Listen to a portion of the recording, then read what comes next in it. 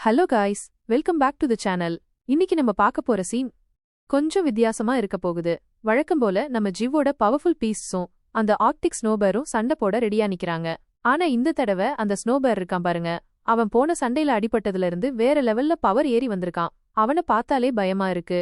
ஜிவ் என்ன பிளான் பண்ணிருக்கானா, எல்லா பீஸ்டஸும் சேர்ந்து அந்த ஸ்னோபேரை அட்டாக் பண்ணணும் தான். ஆனா திடீர்னு நம்ம பாண்டா இருக்கான் பாருங்க, அவன் முன்னாடி வந்து நிக்கிறான். நான் பாத்துக்கிறேன்னு சொல்ற மாதிரி ஒரு கெத்து காட்டுறான் பாருங்க. இந்த பாண்டா சும்மா இல்ல மக்களே, அவன் எலிமெண்டல் பவர்ஸ் எல்லாம் அப்சர்வ் பண்ணி பயங்கர ட்ரைனிங் எடுத்திருக்கான். இன்னைக்கு அவனோட திறமைய காட்ட போறான். ஸ்னோபர் பயங்கரமா கர்ஜிச்சுக்கிட்டு பாண்டாவை அட்டாக் பண்ண போறான். ஆனா நம்ம பாண்டா இருக்கான் பாருங்க, அவன் மின்னல் வேகத்துல ஒரு பஞ்ச் விடுறான். அந்த அடி ஸ்னோபரோட மூஞ்சில பட்டு அவனை அப்படியே தூக்கி வீசுது பாருங்க. ஸ்னோபர் போய் தூரத்துல பனில விழுந்துடுறான். மத்த பீஸ்ட்ஸ் எல்லாம் அப்படியே ஷாக் ஆகி நின்னுடுறாங்க. ஸ்னோபருக்கு வேற வாயிலிருந்து ரத்தம் வருது. ஆனா சண்டை இன்னும் முடியல மக்களே. அந்த ஸ்னோபர் இருக்கான் பாருங்க, அவ்ளோ சீக்கிரம் விடமாட்டான்ல. அவன் எந்திரிக்கிறான். அவனோட ஸ்பெஷல் பவரை யூஸ் பண்ண ஆரம்பிக்கிறான். சுத்தி பயங்கரமா பனிப்புயல் வீசுது. எல்லாம் அப்படியே உறைஞ்சு போகுது. அந்த பனிக்காத்துல ஒரு பயங்கர எனர்ஜி இருக்கு. அதை எல்லா பீஸ்ட்ஸாலையும் உணர முடியுது. ஸ்னோபரோட இந்த பனிப்புயலுக்கு நம்ம பாண்டா இருக்கான் பாருங்க, அவன் தன்னோட உடம்புல இருந்து பயங்கரமான நெருப்ப வரவழைக்கிறான். ரெண்டு எனர்ஜியும் மோதுறப்ப அங்க ஒரு ஃபயர் ஒர்க்ஸ் மாதிரி இருக்கு பாருங்க. பாண்டா அந்த ஸ்னோபரை நெருப்பு குத்துக்களால அட்டாக் பண்ண ஆரம்பிக்கிறான். அதுக்கு ஸ்னோபர் பனிய வச்சு ஷீல்டு மாதிரி போட்டு தப்பிக்க பாக்குறான். ஸ்னோபர் சும்மா விடுவானா என்ன? அவன் சுத்தி இருக்கிற தண்ணி எல்லாம் அப்படியே ஐஸ் பியஸா மாத்தி பாண்டா மேல ஏவ ஆரம்பிக்கிறான். ஆனா நம்ம பாண்டா இருக்கான் பாருங்க, அவன் ஒரு நிஞ்சா மாதிரி எல்லா ஸ்பியஸையும் ஏமாத்திடுறான். ஸ்னோபர் எவ்வளவுக்கு எவ்ளோ பாண்டாவை ஐஸ் பியஸ் வச்சு கார்னர் பண்ண பாக்குறானோ, நம்ம பாண்டா அவ்வளவுக்கு அவ்ளோ ஸ்டைலா எஸ்கேப் ஆகிட்டு இருக்கான். அப்போ நம்ம ஒயிட் ஸ்னேக் இருக்கான் பாருங்க, அவனுக்கு ஏதோ தப்பா நடக்குதுன்னு தோணுது. அவன் பாண்டாவை வார்ன் பண்ணலாம்னு நினைக்கிறான். ஆனா ரெண்டு பேரோட சண்டை சத்தத்துல அவன் சொல்றது யாருக்கு கேக்கும்? சுத்தி ஒரே இரைச்சல் மக்களே. கோபத்துல அந்த ஸ்னோபர் இருக்கான் பாருங்க, அவனோட லாஸ்ட் அட்டாக்க ஆரம்பிக்கிறான். பயங்கரமான ஒரு பனிப்பாறை அவங்க மேல விழற மாதிரி பண்றான். பாண்டா அந்த பனிக்குள்ள மாட்டிக்கிறான். மத்த பீஸ்டஸ் எல்லாம் பயப்பட ஆரம்பிச்சிட்டாங்க.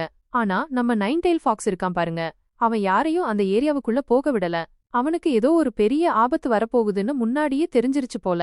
திடீர்னு அந்த பனிப்பாறை அப்படியே வெடிக்குது பாருங்க. அதுல இருந்து நம்ம பாண்டா பயங்கரமான நெருப்போட வெளியில வர்றான்.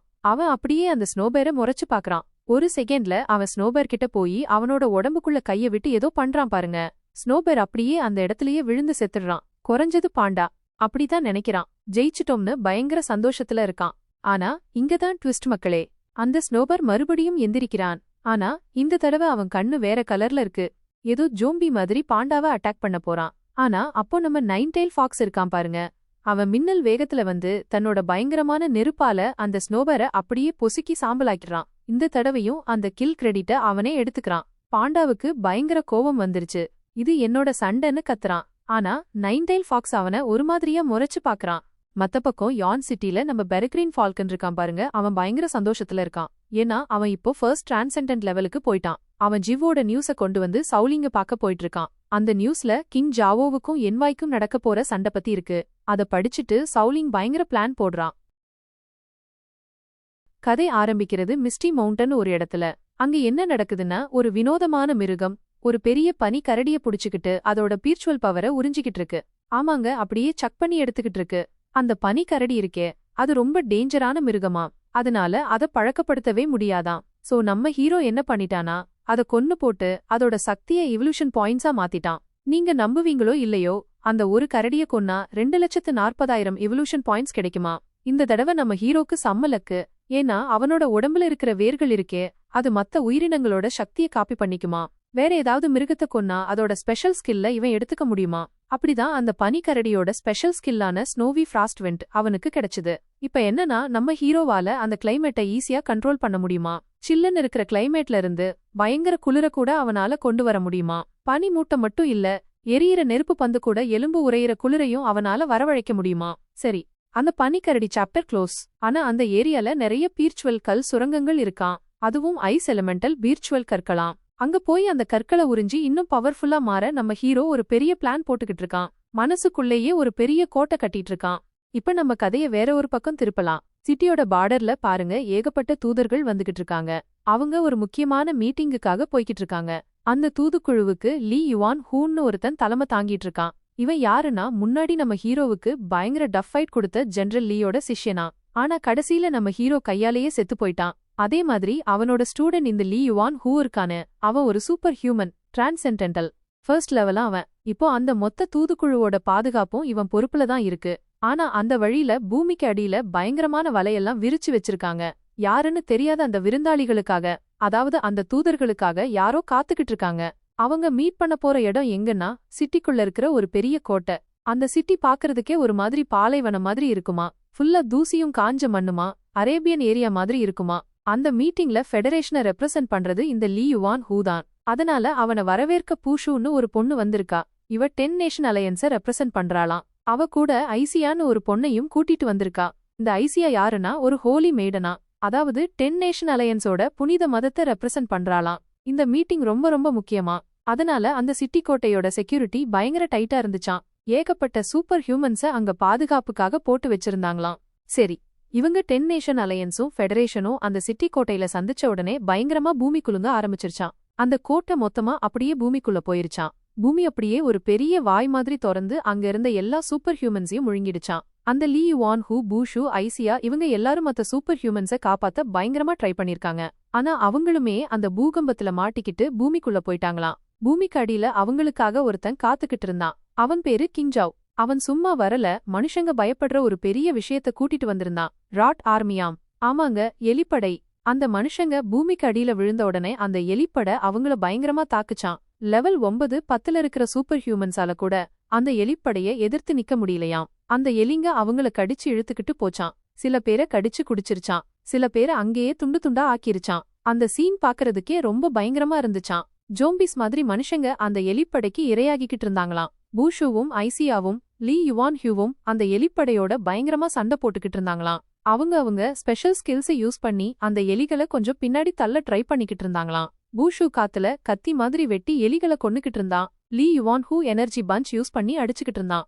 ஐசியா ஒரு மாதிரி டான்ஸ் ஆடிக்கிட்டே அவளோட பிளேடால எலிகளை வெட்டிக்கிட்டு இருந்தான். ஆனா இவங்க எல்லாரும் சேர்ந்து அடிச்சும் அந்த எலிப்படை முன்னாடி ஒன்னும் பண்ண முடியலையாம். அவங்க எத்தனை எலிகளை கொல்றாங்களோ அதை விட பல மடங்கு எலிகள் அவங்க முன்னாடி வந்துகிட்டே இருந்துச்சான். சுத்தி சுத்தி அவங்கள எலிகள் சூழ்ந்துகிடுச்சான். தூரத்துல கிங்ஜாவ் நின்னு இவங்க எல்லாரோட பவரையும் அப்சர்வ் பண்ணிக்கிட்டு இருந்தானா.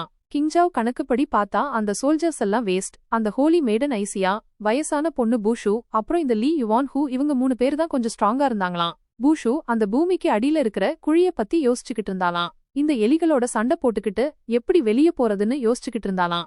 அப்போ திடீர்னு அவன் முன்னாடி கிங்ஜாவ் வந்து அவனோட ஸ்பெஷல் மணல் சக்தியை யூஸ் பண்ணி மணல் ஈட்டிகளை பூஷுவோட உடம்புக்குள்ள விட்டுட்டான். அதே மாதிரி யுவான் ஹூக்கு முன்னாடி வந்துட்டான். அந்த ராடம்பரர் பயங்கர ஸ்ட்ராங்காம். ஏன்னா அவன் ஃபாஸ்ட் டிரான்சென்டென்டல் லெவல்ல இருந்தானா. லீ யுவான் ஹூவும் அதே லெவல்ல தான் இருந்தான். ஆனா அவனால அந்த ராடம்பரர் முன்னாடி நிக்கவே முடியலையாம். அதோட ஒவ்வொரு நகைக்கீரலையும் ஒவ்வொரு கடிச்சிலையும் லீ யுவான் ஹூ பயங்கரமா காயப்பட்டு தூக்கி வீசப்பட்டான். பாக்குறதுக்கு ஒரு பூனை எலியோட விளையாடுற மாதிரி இருந்துச்சான். ஆனா இந்த சிச்சுவேஷன்ல எலி பூனையாகவும் மனுஷன் எலியாகவும் மாறிட்டான்.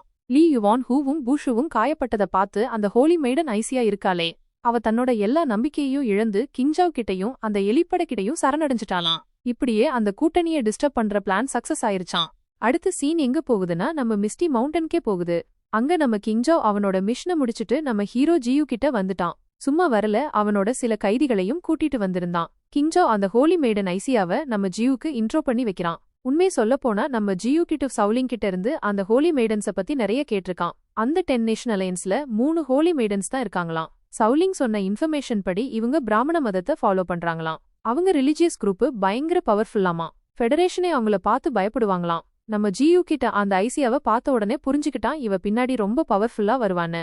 ஏன்னா அவ சிறையில இருந்தும் பயங்கரமான ஒரு ஆரா ரிலீஸ் பண்ணிக்கிட்டு இருந்தாலாம். நம்ம ஜியூ அந்த ஐசியாவோட அழக பார்த்து கூட அப்படியே மயங்கிட்டான். அவ மேல ஒரு மாதிரி லவ்ல விழுந்து அவளை தன்னோட அடிமையாக்க ரொம்ப ஆசைப்பட்டானா. அவளை தன்னோட அடிமையாக்க நம்ம ஜியூ அவனோட ஸ்பெஷல் ஸ்கில்லான பிளட் கோவனன் ஸ்கில்ல யூஸ் பண்ணனா பாருங்க. அப்போ அவளோட பீர்ச்சுவல் கோர்க்குள்ள அப்படியே போயிட்டானா. அவளோட உடம்ப மட்டும் இல்ல, அவளோட ஆத்மாவையும் தன்னோட கண்ட்ரோல்ல கொண்டு வந்துட்டான். ஐசியாவோட கம்ப்ளீட் கண்ட்ரோல் அவனுக்கு கிடைச்சிருச்சான்.